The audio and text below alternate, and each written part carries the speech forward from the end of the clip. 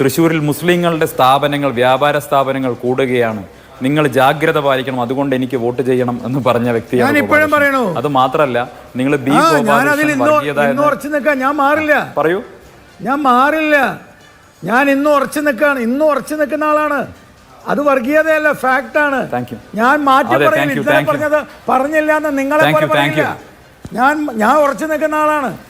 ഉറച്ചു നിൽക്കുന്ന ആളാണ്. കാര്യം ഞാൻ പറഞ്ഞില്ല എന്ന് പറയില്ല. അത് നിങ്ങളുടെ എന്റെ സ്വഭാവം അതല്ല. മനസ്സിലായി. ടെൻഷൻ ആവണ്ട. ബി പി കൂട്ടണ്ട. ഞാൻ പറഞ്ഞോട്ടെ.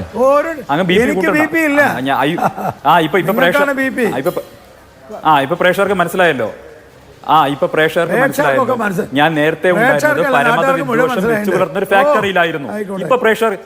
ഇപ്പൊ പ്രേക്ഷകർക്ക് മനസ്സിലായല്ലോ, പരമത വിദ്വേഷം വെച്ചു പുലർത്തുന്ന ഒരു ഫാക്ടറിയിലാണ് ഞാൻ ഉണ്ടായിരുന്നത്. അവിടുന്ന് ഞാൻ ഇറങ്ങാൻ തീരുമാനിച്ചു.